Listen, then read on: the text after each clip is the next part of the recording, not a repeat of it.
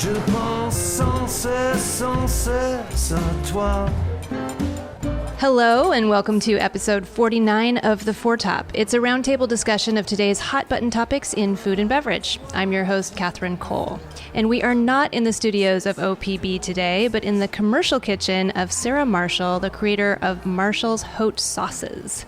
It is a hot summer day, and we're going to talk about the surprising summer produce that will get us through the zombie apocalypse, the science between canning all that good summer bounty, and finally, the history of putting up, that is, preserving and canning.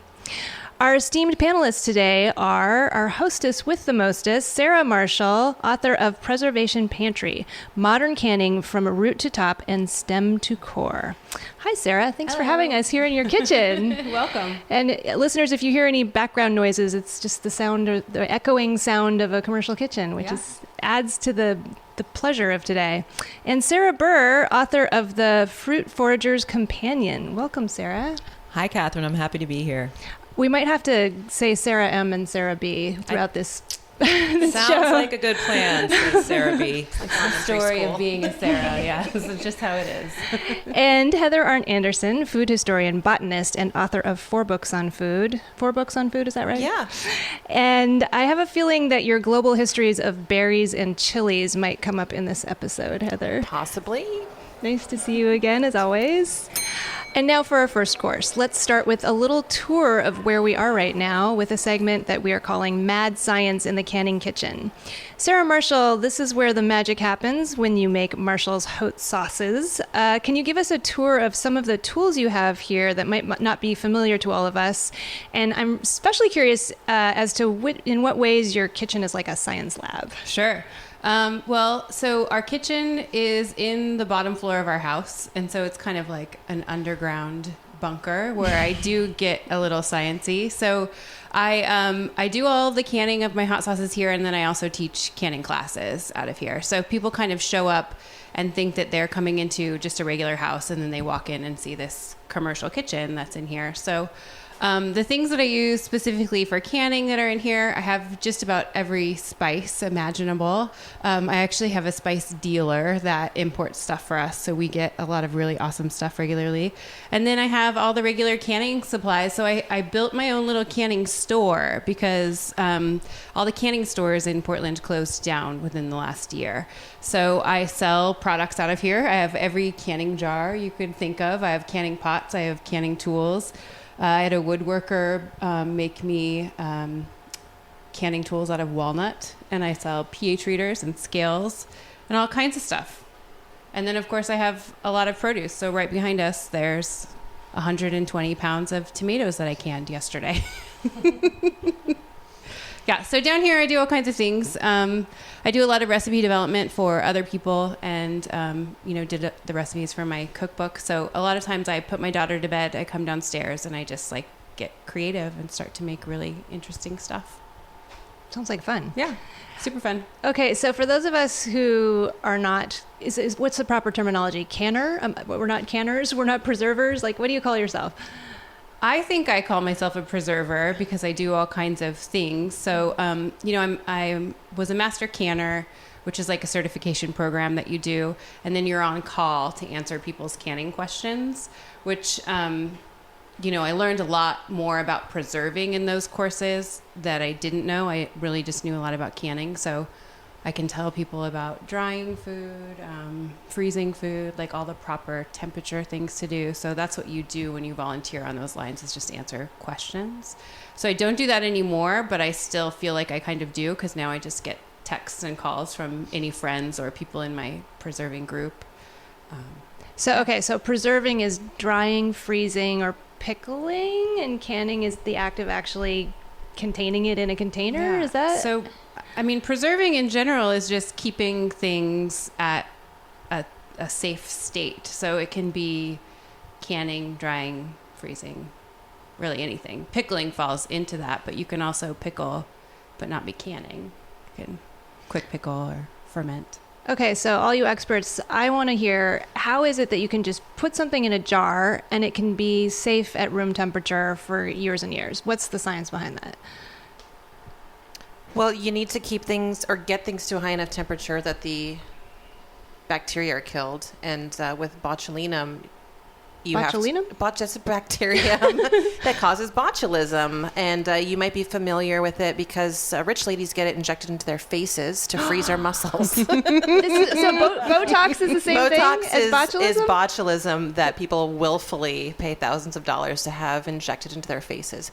But to kill that bacterium, which is on everything, you either have to have a high enough acid or low pH with a high temperature, or you have to get the temperature up high enough using a pressure cooker or pressure canner. And yeah, that's how you kill the bacteria. You can also keep bacteria at bay using like vinegars or acids. Fruits are naturally acidic, so you don't need to add acid to those when you're making jam. But yeah, and then when you're doing a boiling water bath canning, you're getting the temperature up and you're creating suction so the lid stays put, and that keeps things in a safe state. And the only thing that can really go wrong after that is that they can lose some of their texture and flavor. But technically, they're still safe to eat for years, aren't they, Sarah? Yeah. 2 years is what's recommended, but, I get a lot of people that come to my classes that are preparing for the end of days for whatever reason. And so they are really putting things away to use years and years later, but USDA recommended is 2 years. Yeah. So have any of you ever had a canning catastrophe where something went bad that you weren't expecting?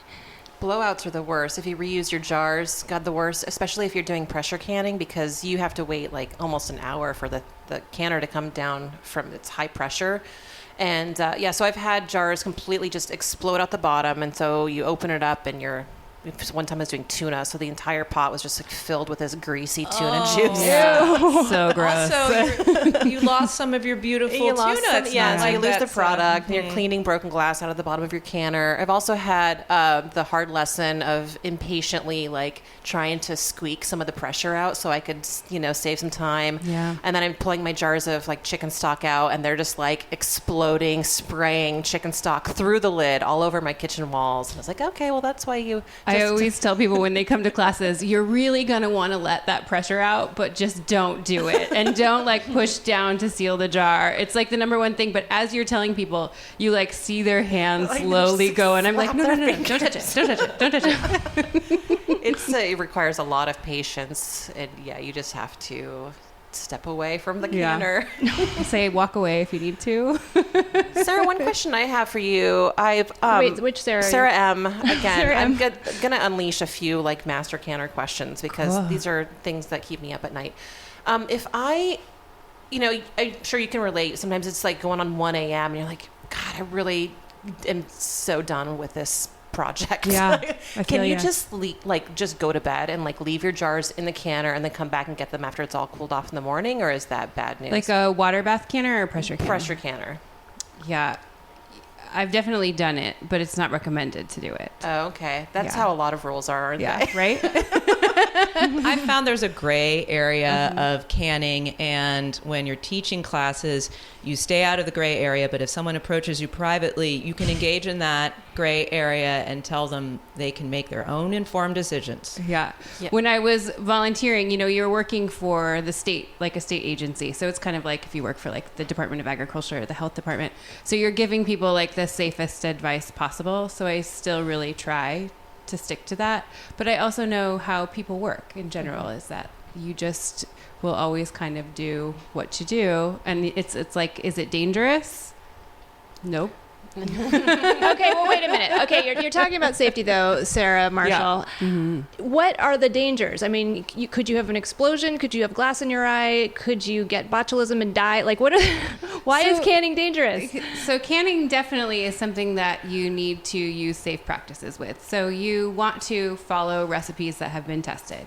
You want to use equipment that is good and new. And there are a lot of old risks with canning that don't exist so much anymore. So when you hear about explosions of pressure canners or cookers, a lot of times that was the old equipment that didn't have all the safety seals, so they would maybe blow the top off. So when I have people come to pressure canning classes, the first thing that they say is, my grandma or my great aunt blew off the vent above their oven. And I've heard that from so many people, whether or not that is like an urban legend or just something that gets passed along. There were real dangers, but now they have these safety seals and valves. That's what Heather was talking about, letting the steam out, so that's not such a risk anymore.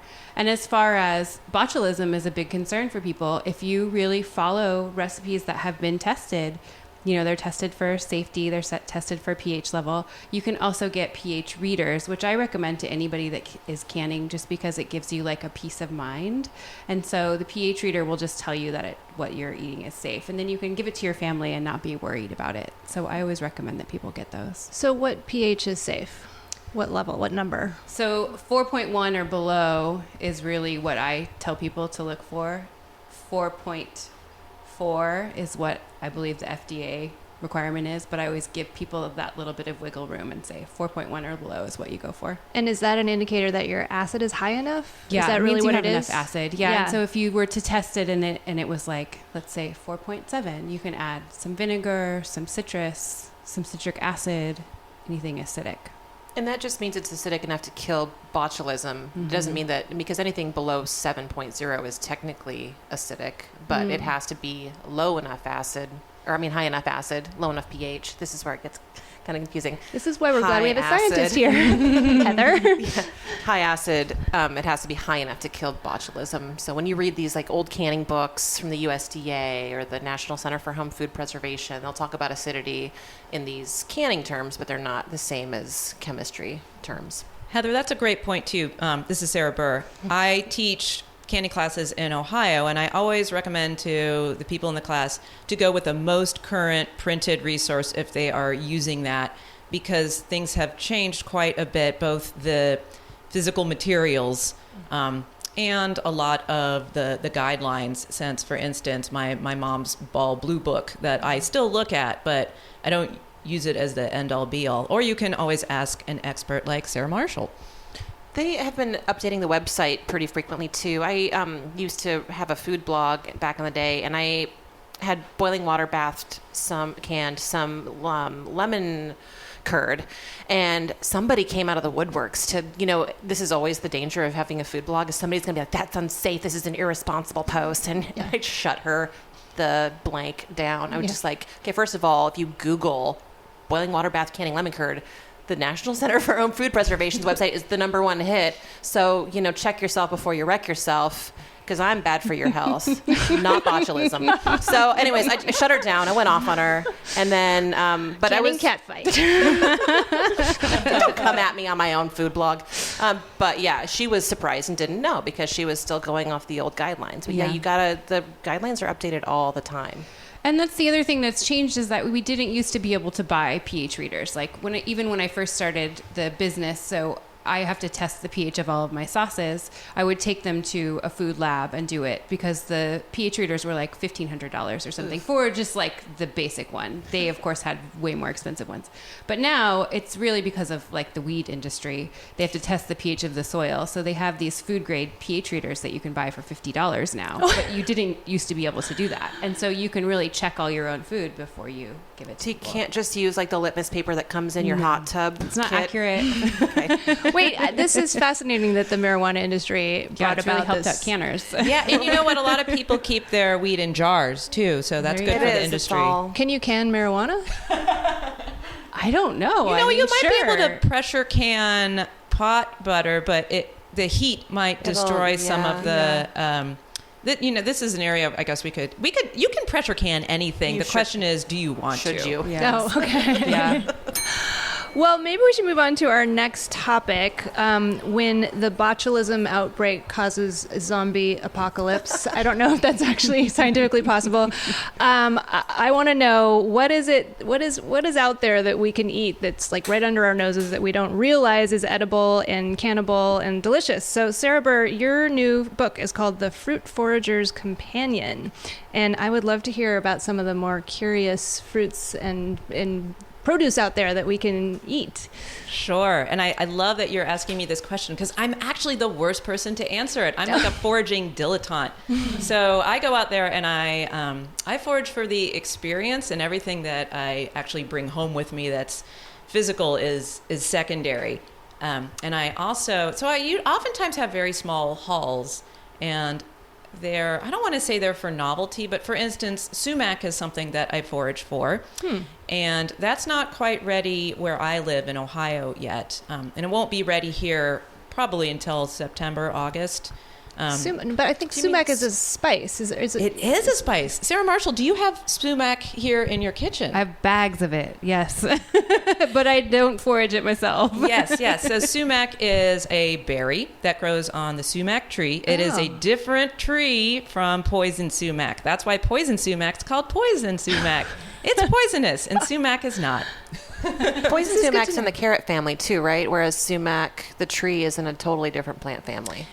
Yes, correct. Poison sumac grows in swamps, and it has white berries. I believe it gives you a rash. Yeah, it's white flowers too. It looks just like a big carrot plant. Yes, you're probably not likely to run across it. You're much more likely to run across the pretty desirable sumac, which has bright red berries. And where I live, you see staghorn sumac more often. And that kind of has these flocked, felty berries, or drupes, actually, is what they are. And it looks like a flame. It's like the flower that comes up. It's like a velvety flame. In fact, I've seen staghorn sumac growing here in Portland, but people grow them as ornamentals, often in their yards, because they're gorgeous trees. I would not forage for that sumac because you'd be a jerk, just cutting down their lovely ornamental tree. But the berries stay on there for months and months and months. So what you want to do is when you see one, just Google a photo. And also, I love the USDA plants database. That is very handy. It tells you what's native, what's not native, and where you can find it in America or Canada. So I look at that thing all the time. This is online? You can just Google USDA? Yeah, I have it. It also has great ethnobotanical uses, so you can find out how they were traditionally used. I used that a lot in my previous career as a botanist. That website was indispensable. I'm so glad to hear you say that, Heather, because I'm just like a person who likes plants, but I don't really understand them. No, it's an outstanding resource that's available completely for free. Wow. That's cool to know about. Yeah. So you can check out sumac on there. They also have these little PDF information sheets on some of the more common and useful plants. So go there, read about sumac, Google image it. You can use it as a spice. So it grows, the kind that you buy at a Middle Eastern market is not the kind that grows here. I don't remember the actual scientific name for that species, but what we find here is not quite as berry shaped. It's not quite as acidic, but it's an acidic spice. It almost has like a citric acid flavor. It's a tart spice, and you use it in Middle Eastern cooking and another preparation, which is not going to be handy for the zombie apocalypse, but will be refreshing. You can take those clusters of sumac, and once they're nice and ripe, and you can tell they're ripe because if you touch one and then lick it, it'll taste tart. And if it's not tart, keep it on the plant. Where I live, if it rains quite a bit in the summertime, it'll wash out that tartness.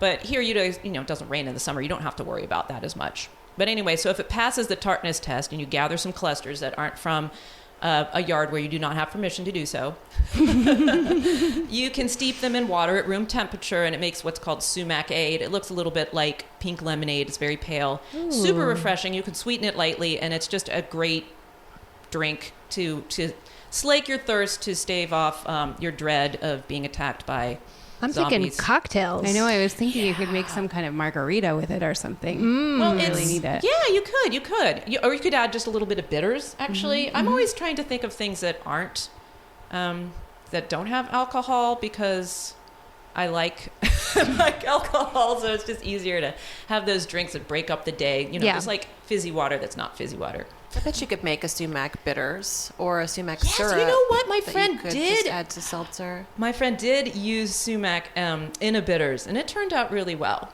Yeah. So you can and you can just crush it like a spice and use it just like you would the purchased berries, or you can purchase some and see how you like it.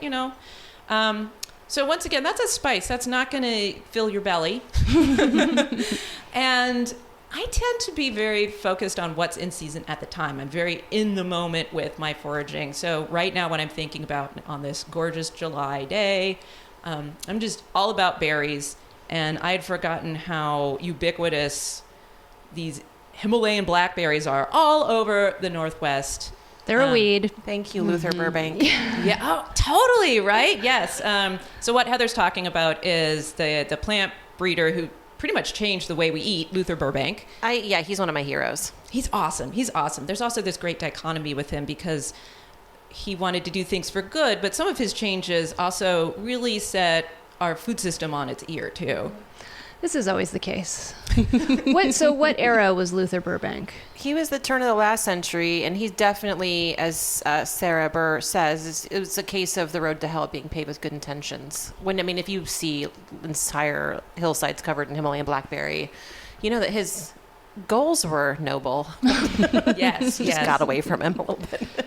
He introduced those berries, which are from Armenia originally, I believe, and he wanted them to stand. He wanted a berry that would stand up to shipping because transcontinental shipping was a new thing then, and the idea of being able to ship like truck farm produce that was this new concept. And since Himalayan blackberries are large and they're hardy and sturdy, it was a good thing for that. But yes, then they escaped. They went rogue, and now they're all over the place. And the ones that you just see, like on the side of the highway, for instance, nobody's going to go forage for those. And half the time they taste kind of cruddy. Yeah. But if they're kind of small and like a little bitter and they're too dirty. much exposed to the sun. Yeah, I think that They taste like car exhaust. Yeah. Yes. Well, if you're just going for pure sustenance, you don't care about them being tainted with chemicals. A lot of roadside foraging is not a great idea. I just forage with my eyes because I like seeing things, like a scavenger hunt, like, I saw that. But you want to stay away from things that may be exposed to pesticides or herbicides. And that's, oftentimes there's vector control where they spray things on the side of the highway. So that's bad for actual foraging. But if you want to stay alive because you don't have access to food, I would say Himalayan blackberries, you should just go for it. And they're all full of prickers, so that'll maybe keep away the zombies if you're deep in the thicket. Plus, they stop diarrhea, which if you're out drinking pond water because you're off the grid, you can get diseases like cholera and other diseases that cause gastrointestinal distress. But if you ever are stuck in the woods and you have, a bad case of the pimp skitters, eat as many blackberries as you can, and it helps to slow things down a little bit. Good tip. Thank you, Heather. You're welcome. I hope to never have to use that. If you have access to sugar, this is Sarah Burr once again, you can go foraging for Oregon grapes, which is sometimes called Mahonia. They are terrible to eat out of hand, I think. They're seedy. They're sour. Yeah, they're sour. So that plant that you see used in landscaping, and it is a native plant, but you see it used in landscaping. It's got pricky, holly-type leaves. It's the state flower of Oregon. It is. When they bloom, they're these little yellow flowers, and they're very, very sweet. I always call it Oregon grape, just out of sentimentality. It is what it is. It is what it is. Yes. So Oregon grape, called Oregon grape because the berries are like these little grape purpley shaped things. You can go and get them now, but I think they're better later in the summer, and they make an awesome, awesome jam. Sarah Marshall, have you ever done anything with these? I haven't. I see them around. I know people will like them, but I don't know. I like to get a lot out of whatever I'm producing. Yeah, that's the root. That's not Oregon grape. Yeah. The roots of Oregon grape are also medicinal. They're a good liver tonic. So again, if you're like sick in the woods and you're like, having a bad time running from zombies, you can dig up. I mean, they're kind of a pain to dig, but you can make a yellow dye out of the roots as well. Oh. Yeah, it's a very multi-purpose plant. So it's great for landscaping. It's easy to run across and easy to find the berries. It's kind of fun to pick the berries, despite the prickers. And it makes an awesome jam, but it's kind of not that practical. It's one of those things you'd be like, I did this. I recently tried that with dandelion jam. Yeah. I saw a recipe. I never mow our lawn, so it's like just lots of yellow flowers. And so I had my family out there harvesting all of them, and we made this jelly actually, because it's just, you strain it out. It's just like sugar and the petals. And it was so bad. It was you know how dandelions smell kind of weird? Dog pee. Kind of like dog pee. And, we washed them and everything, so it wasn't actual dog pee, but that's what it seemed like for sure. It was super bitter, like dandelion greens are. That's what it tasted like as a jelly, which was it was like one-time thing. I did it. I was like, oh, now I know you can do this. I'm going to tell everyone they should never do it. And as soon as I did that, people like messaged me and were like, I make it all the time and I love it. My family loves it. What are you talking about? It's amazing what people like. So this is Sara Burr, and I can, but I do it. I'm like a masochistic canner. So I do these canning projects that are like way too much work. And then I get a tiny yield. I'm like, why did I even do this? And then I'll do it again. So I'll just keep on doing that. But I do draw the line at just esoteric jams and jellies that have no purpose. And sometimes you don't know until you make it. But just because you can make a jam or jelly out of something doesn't mean you have to. And I really emphasize that with any foraged ingredients, because if you Google a recipe for XYZ thing, like hackberry jam, which hackberries come from the hackberry tree. It's a member of the elm family. You see them all over the place. They don't have a lot of flesh. There's no reason to make jam out of these. We don't have zero reason. Zero. None. It's not practical at all. But I think people are just programmed to think like berries, foraging, jam, or make a pie out of something when there's no reason to make a pie out of it.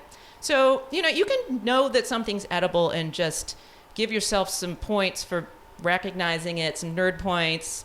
I think Yule Gibbons did a lot of damage in like promoting this idea that which is very consistent with science. Like, just because you coulda, like, doesn't mean you shoulda. Yule Gibbons was the guy in the 70s who really popularized not urban foraging necessarily, but foraging. And he had the grape nuts ad campaign, and there was like a CCTV skit making fun of him, like the ever eat a wild hickory nut? Tastes just like a whatever, like he would always. But so he was the spokesperson of grape nuts. Wow, and I had no idea. Really, he wrote the book "Stalking the Wild Asparagus." It's an excellent book. This is Sara Burr, and he's like a saint in foraging circles. Oh, yeah. But once again, a lot of his emphasis, I think, is on the experience and also on taking things home. But he writes about just the way things make you feel in the moment. Yeah, he was kind of a like hippy dippy. He had that was about the experience and living off the land, man. Like that kind of 70s proto off the grid living. And so I think there is a lot of mindset with foraging about like what you could use to survive versus our modern urban foraging, which is like, what beautiful preserves can I make out of this thing I can get for free?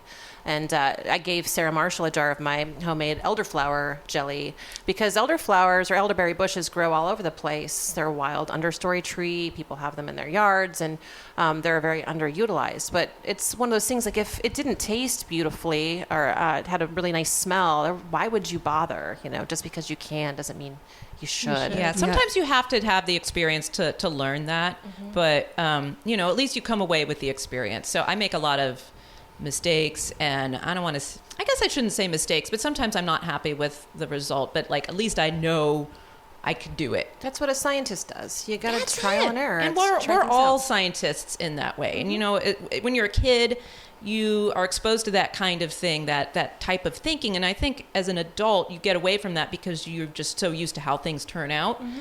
and you lose that experimental mode of learning. So it's great. You're still a scientist. Just keep on trying things. Don't make assumptions. It's really easy to get information, but as long as you're not making bad decisions about your own health and safety, maybe you can make your own conclusions and then compare them to other people's and just enjoy the process. That was one of the best things of being a very under-supervised child in Portland, Oregon, is discovering on my own how to forage up trees. And I found out that, hawthorn berries are not that interesting, or yew berries, or the arils, which are, it turns out, the only non-deadly part of the plant, are actually delicious. They taste like nectar. Bad. Yeah, definitely don't eat the seeds. Don't eat the seeds, but the arils. The arils, and they're the sort of... What are arils? They're the fleshy coating that are detached from the seed. They're almost like a little cup-shaped fruit that surrounds the seed. But so yeah, you can pop them in your mouth and just spit out the seed. Please. Yew is so toxic it kills cancer cells. I mean, it's used in cancer fighting medication. And this is the conifer YEW. YEW, yes. Okay, well, as long as we're talking about experimentation, we need to move on to our third course. And as I was preparing for this episode, I just got really curious as to who first developed the art of preserving and the art of canning. It's not, well, actually the science. So Heather Arndt Anderson, you're a food historian. I was hoping you could give us the backstory on how this came about. Well, humans have preserved foods as long as they've hunted and gathered. And smoke is one of the oldest food preserving elements. And people have always put foods into crocks to store them long term. Usually salt was used as a preserving agent rather than heat necessarily and an airtight environment. So people have always kind of set foods aside for leaner times, for the winter, using crocks and whatnot. But it was after the French Revolution, Napoleon kind of put out the APB that he wanted to find a way to save foods so that he could safely get them out to armies later. And he offered 12,000 francs as the prize for whoever could come up with this method. And it took a couple of years, but a man named Nicholas Appert came up with a way to seal food in, I think, wine bottles, basically, with a cork and wax. And so he won the prize. He still ended up dying in, he was destitute. He died in penury. I thought you were going to say he died from something he preserved improperly. No, and Louis Pasteur, so yeah, these two French experimenters, Louis Pasteur was the one to truly put two and two together, that it was the heat that was killing the germs and preventing the swelling in cans or in jars. And he is for whom pasteurization is named. But it was a little bit later, Mason in the 1850s. So all that other stuff was happening earlier. The 1850s, this is about 40 years after Appert and Pasteur. He was the one who kind of came up with this idea of a jar with a zinc lid. And he's, when we think of mason jars, he's the guy. That was happening for a while. And then the turn of the 20th century, in the early 1900s and late 1800s, we have a man named Alexander Kerr who opened the Hermetic Sealing Jar Company, I think is what it was called, in Portland, Oregon. And so the jars that we think of today, the glass jar with the two-piece lid, with the metal ring and the metal cap, that was invented by a Portland man, and that the Kerr Jar Company was run in Portland, Oregon for a long time. So home canning was kind of a new idea. People who were doing most of the canning it was commercial canners, and the metal can was created around that era. But then in the early 20th century, around World War I, that's when the U.S. government started really promoting home canning for women to not just help soldiers on the front lines put up all this fruit that was coming out of the fields to send to soldiers, but also just to do their bit to reduce the amount of food being taken away from soldiers, because that was the top priority, was keeping the boys at war well-fed and healthy so they could go fight those krauts. That was very important. Yes. Can we make a pun here about sauerkraut? And I don't think that sauerkraut should be canned. It's fermented food. I love the idea, though. This is Sara Burr, about how canning and fermenting are complete opposites as far as how they go about preserving food. This is not a point I arrived at. I read this in one of Sandor Katz's books. He wrote The Wild Fermentation and the Art of Fermentation. So when you are fermenting a food, you're introducing desirable bacteria to create healthy physical and chemical changes and make a living food. And when you are canning a food, you are killing the bacteria so that you're getting rid of undesirable bacteria.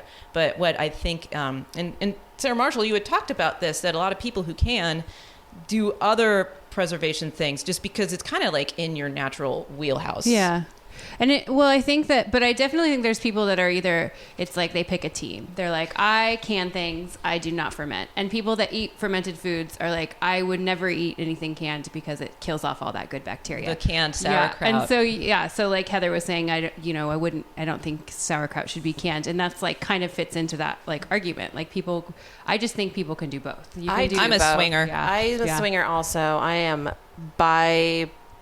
preservationist. I do canning. Well, because, I grow a lot of food and I right now I'm buried in cucumbers, and I can't just I have a fridge just for fermented foods in my garage. That's how like in the weeds I am. I have like 5 quarts of kimchi out there, and then I have, just, I don't know, half a dozen jars of fermented like sourdough pickles, like the Jewish deli style. Yum. But for keeping up all winter long, I don't want to just have jars and jars and jars of produce taking up space in my fridge. So I do can pickles as well, and they taste different. They're good.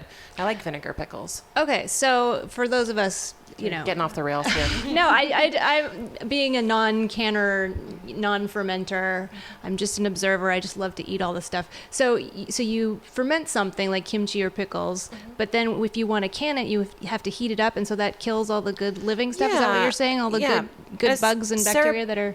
As Sarah Burr mentioned, there are the 2 schools of thought. And so when you're doing fermented pickles, you're basically just creating an environment that's going to allow the lactobacillus, which are the bacteria that live everywhere. They live on our skin. They're why our belly buttons smell like cheese. If you don't believe me, stick your finger in there. Smell it. It smells like cheese because our bodies are covered in lactobacillus. It's on everything. So when you're doing fermentation, you're just creating an environment that allows the lactobacillus to thrive. The saline, like the 2% saline solution, is sort of the sweet spot that allows these bacteria to really go nuts and eat all of the little carbohydrates, and then they poop out lactic acid, and that's the sourness that comes from these, that is in these pickles.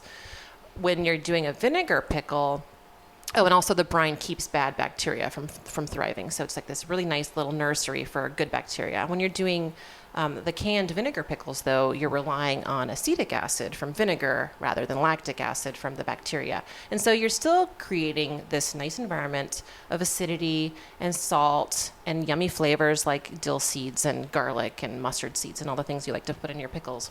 But it's just a different acid. And so you're going to get a slightly different flavor.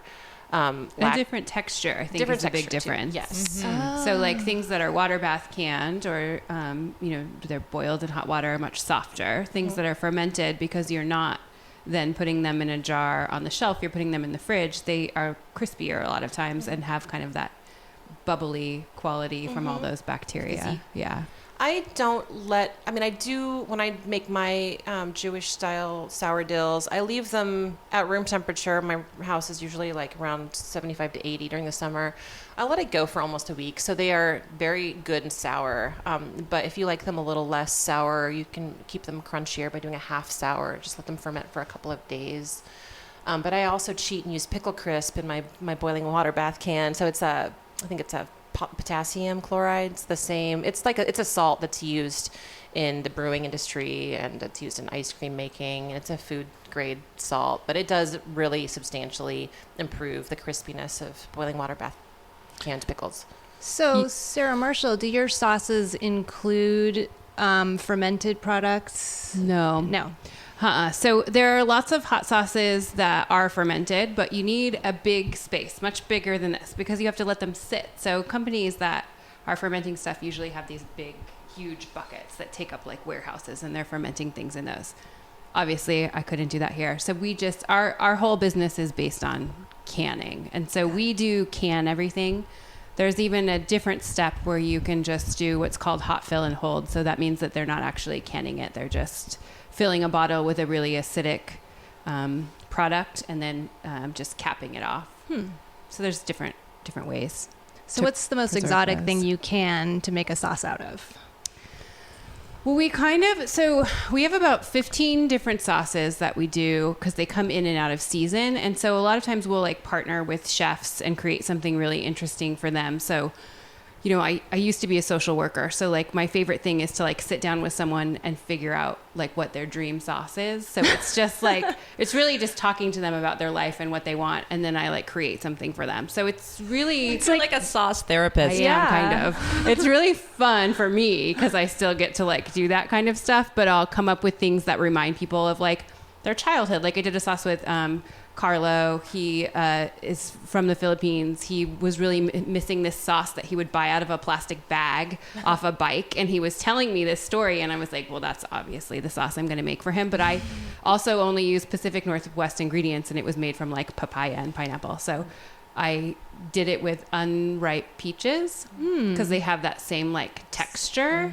And it was like exactly what he wanted in his mouth, but it looked pretty because those sauces are brown, you know, they're like, there's nothing to keep the fruits from browning. So it's like a bag of brown sauce, but this was beautiful and yellow and made with all ingredients from here. So that's like, for me, that's the most interesting part is like creating things for people that they love. I think bespoke hot sauces are way cooler than bespoke perfumes or dresses. It's a very important service that you're providing people. Thanks. Sarah. Thank you. You should be charging thousands of dollars a jar. Yeah, you're right. You could do I weddings. should. You could like do, guest favors. Yeah, there's probably a lot more money in hot sauce that I'm just not figuring out how to make. But that's a great idea, you guys. It all starts now. Well, this has been so fun listening to the three of you. I've learned so much today, but sadly we have to move on to our dessert course where we each go around the table and share something food or beverage related that we have been enjoying this week.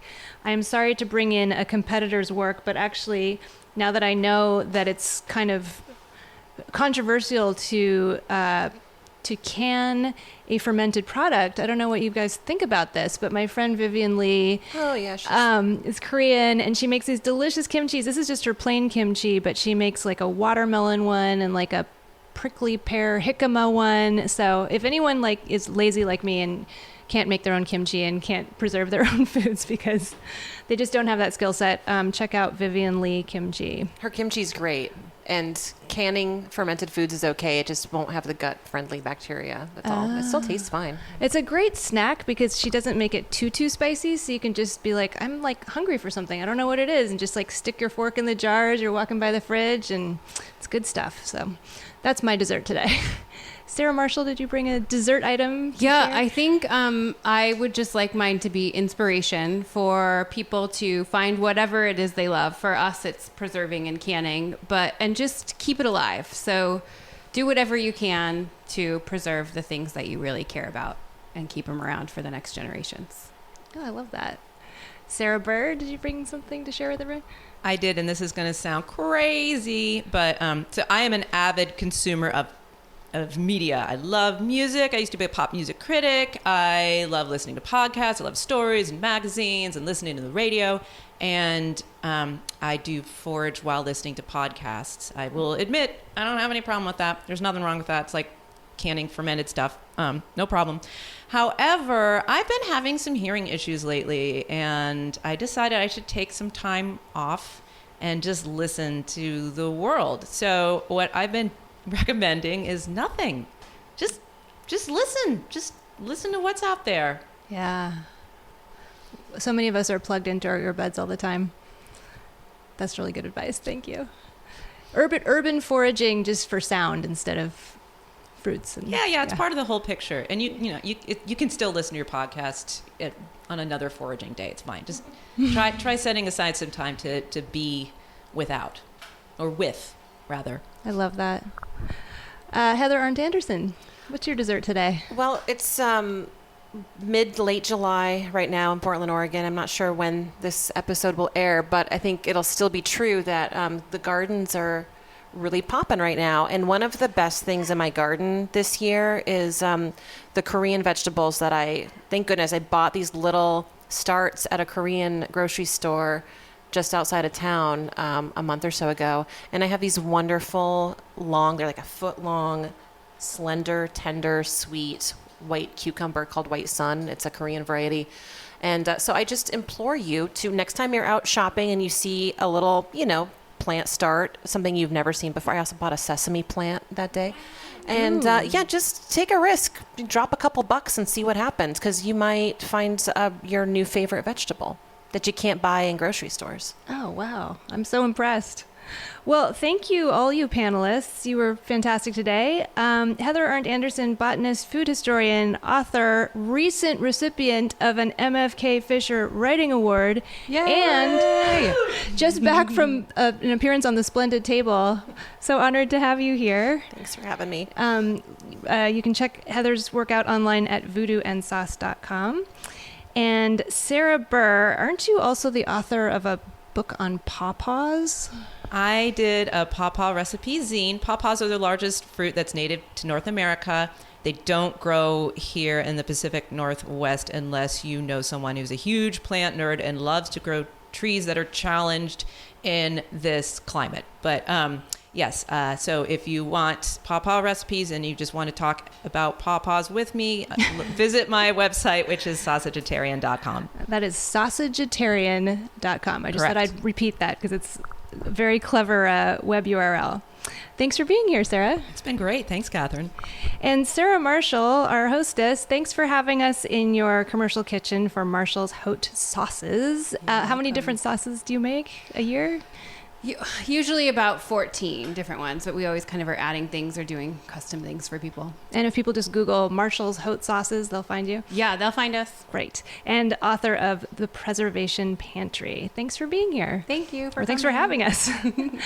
Today's episode was recorded in the high-fiber, protein-packed city of Portland, Oregon, in the kitchen of Marshall's Haute Sauces. We are always and forever grateful to sound supervisor Stephen Cray of OPB. Our editor and traveling sound tech today is Alex Ward. Our assistant producer is Izzy Kramer, and our theme music was performed by the incomparable wine importer Kermit Lynch. You can read all about us on the OPB website, and I swear someday soon we will have our own site. We're still working on it. Now, I'm not going to ask you to donate to our James Beard Award-winning show, but I am going to ask you to rate us on iTunes, subscribe to The Four Top on your favorite podcast app, tell your friends about us, tweet us, post on our Facebook or Instagram feed. Just get in touch with us however you'd like. We love to hear from you. Bye-bye now. Nuit blanche, nuit blanche, nuit blanche.